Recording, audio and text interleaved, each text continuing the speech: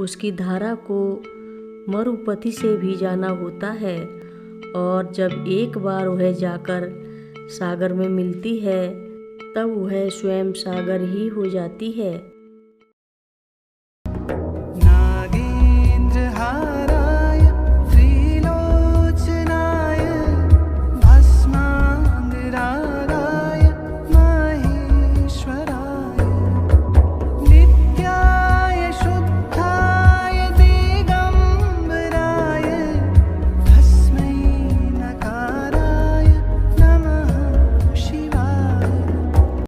रक्षा सूत्र चैनल पर सभी भक्तों का स्वागत है। हम सभी भक्तों को महाराज जी की अद्भुत पावन कथाएं सुनाने जा रहे हैं। कृपया सभी भक्त ध्यान से सुने।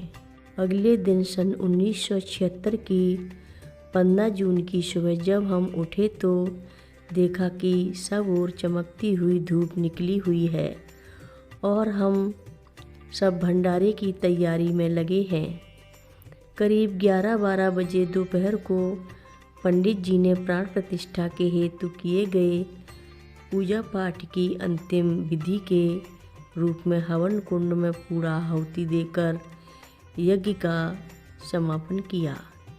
जैसे ही पंडित जी ने पूरा आहुति के मंत्र पढ़े तो लगता है कि किसी दैवी आदेश से आकाश में बादल उमड़े और यज्ञशाला पर बड़ी बड़ी पानी की बूंदें बरसाकर चले गए।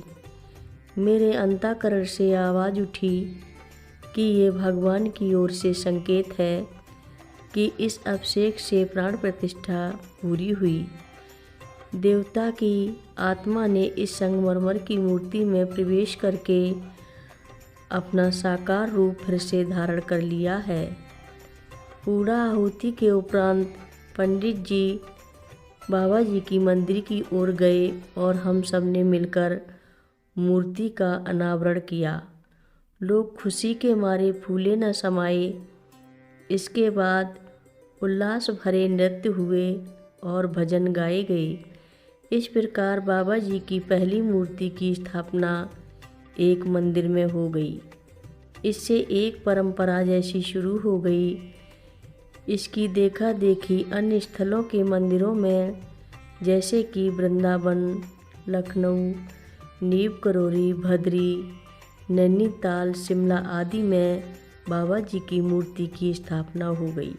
भंडारा बड़े आनंद के साथ समाप्त हुआ। बिना किसी प्रकार की बरसात के हजारों लोगों को भोजन कराया गया। बाद में मुझे महसूस हुआ कि मेहनत की वजह से मैं कमज़ोर भी हो गया था।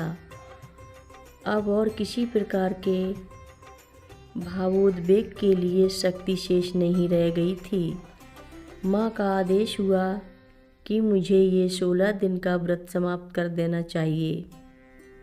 तब 16 जून को मैंने पहली बार अन्न का घी में शराब और मीठा और स्वादिष्ट मालपुआ खाया। मेरी अपनी दृष्टि में इन 15-20 दिनों का अनुभव मेरी ज़िंदगी का एक मूल्यवान समय था। मेरे मन पर इसका बड़ा गहरा प्रभाव पड़ा।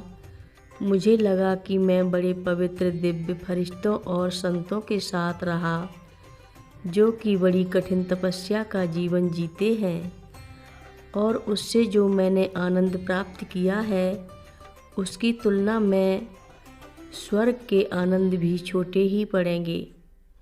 सन 1976 के बाद से मेरा जीवन महाराज जी और माँ के साथ इस प्रकार से जुड़ गया है कि मैं उन दोनों में भेद नहीं मानता। यहाँ किसी गणित के समीकरण की ज़रूरत नहीं है।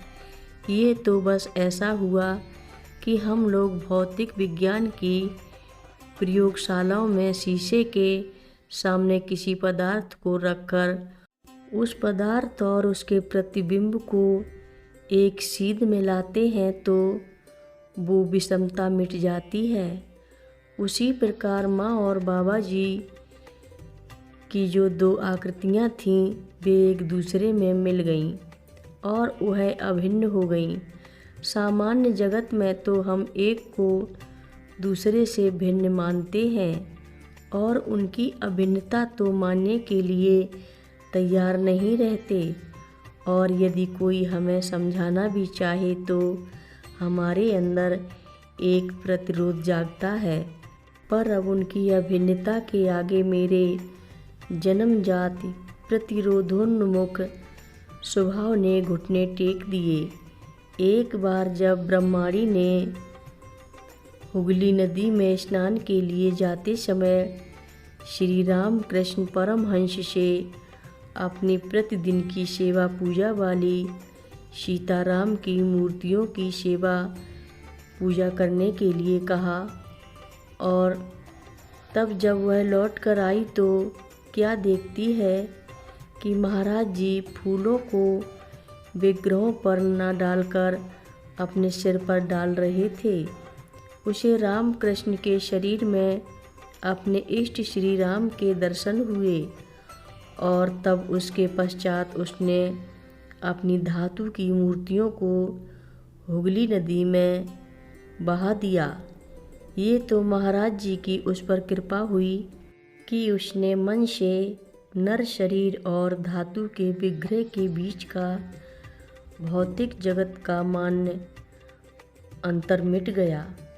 माँ ने मेरे साथ बिल्कुल कुछ इसी तरह का किया। उन्होंने ये कभी नहीं कहा कि वे कुछ करती हैं, वो तो सदा जो कुछ भी हो रहा है उस सब को महाराज जी की ही लीला या कृपा मानती हैं। वे ही तो महाराज जी के बप्पू का प्रतिनिधित्व करती हैं। उनके अस्तित्व का हर जंतु और कुछ नहीं वरन बाबा जी की प्रत्यक्ष एवं कल्याणमयी ऊर्जा है। चाहे आप ये कह लीजिए कि बाबा जी उनमें समा गए हैं या वह बाबा जी में समा गई है। नदी का अपना अलग का अस्तित्व तभी तक का है जब तक कि वो सागर में नहीं समा जाती। इस प्रकार से एक बार विलीन हो जाने के बाद आप नदी को कहाँ पाएंगे? वहाँ तो अब बस समुद्र ही रह गया। न नदी को एक बड़ा लंबा रास्ता तय करना पड़ता है, उसे पहाड़ों को तोड़ना पड़ता है, खेतों के बीच से गुजरना होता है, उसकी धारा को मरुपथि से भी जाना होता है, और जब एक बार वह जाकर सागर में मिलती है तब वह स्वयं सागर ही हो जाती है। असल में सागर उसका स्वागताभिषेक उसे अस्तित्वहीन बनाकर स्वयं अपने में समेट लेता है। कथा लंबी है, आगे की कथा सभी भक्तों को अगले भाग में सुनाएंगे। हर रोज़ महाराज जी की कथाएं सुनने के लिए रक्षा सूत्र चैनल को अवश्य सब्सक्राइब करें, शेयर करें और लाइक करें। घंटी बजाना ना भूलें। कमेंट बॉक्स में लिख भेजें, जय नीव करोरी बाबा जी महाराज। बोलो नीव करोरी बाबा जी महाराज की जय बोलो।